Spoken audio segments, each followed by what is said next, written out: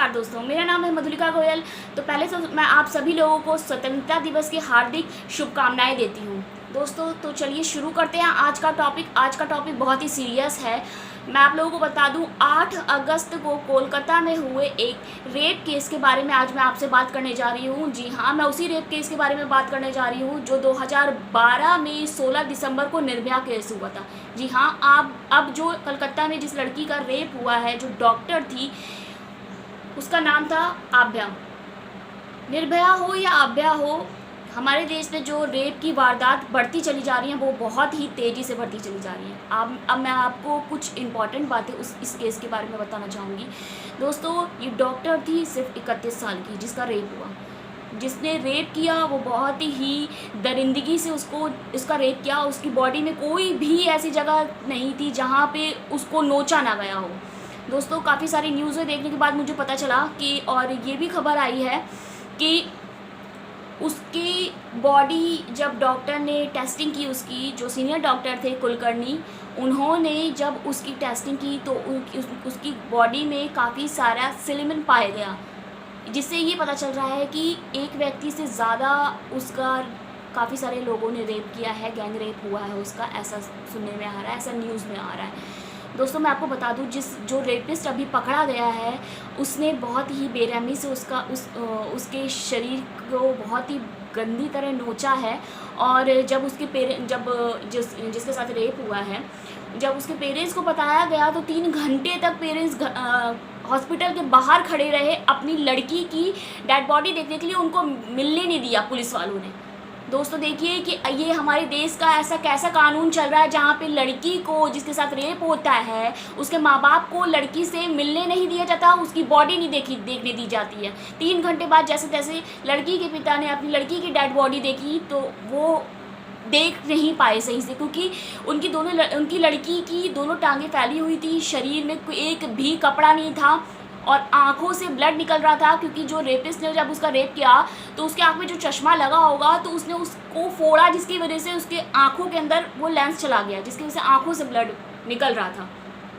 ये भी बताया जा रहा है कि उसके प्राइवेट पार्ट में ब्लेड से काटा गया था, ब्लेड अंदर डाला गया था उसके। इतनी बर्बरता से उसका रेप किया गया। अब कहा जा रहा है कि ये जो केस है वो सीबीआई को दे दिया गया है जांच पड़ताल के लिए।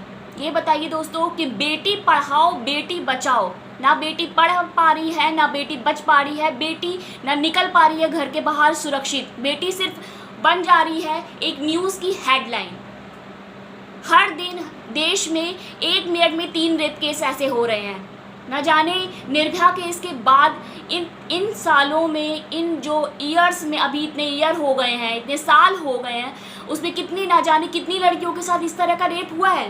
काफ़ी सारी लड़कियों को तो मार तक दिया गया है। जैसे इस केस में आभ्या को मार दिया गया रेप करने के बाद। रेपिस्ट क्या पता ऐसे चला, जब रेपिस्ट को पकड़ा गया तो उसने रेप करके वो सीधा अपने घर में जाके कपड़े धुल के सो गया।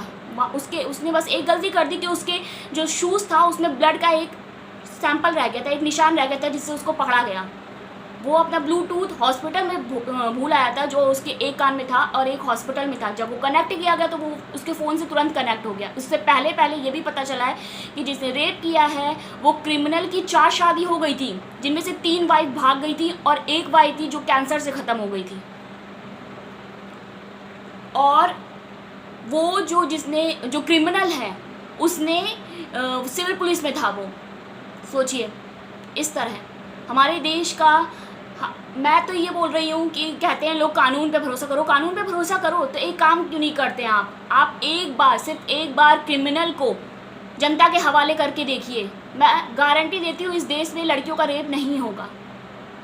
क्यों रेप करने वाला 1 मिनट के लिए सोचता नहीं है। और मैंने ये भी सुना है कि एक यूट्यूबर है, एक मैडम है, जिन्होंने ये बोला है यूट्यूब में कि 36 घंटे की नौकरी के बाद, 36 घंटे की ड्यूटी के बाद उस लड़की ने बस एक गलती कर ली कि वो थोड़ी देर के लिए सो गई। तो मैं उन मैडम से ये चीज़ बोलना चाहूँगी कि मैडम, आप ऐसा करिए, आप 36 घंटे की नौकरी करने के बाद आप बिल्कुल मत सोइए।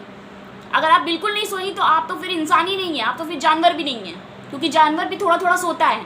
जो आप दूसरों के ऊपर, दूसरी लड़की के ऊपर ये कमेंट कर रही हैं कि 36 घंटे की नौकरी के बाद उसने एक गलती की, वो सो ली।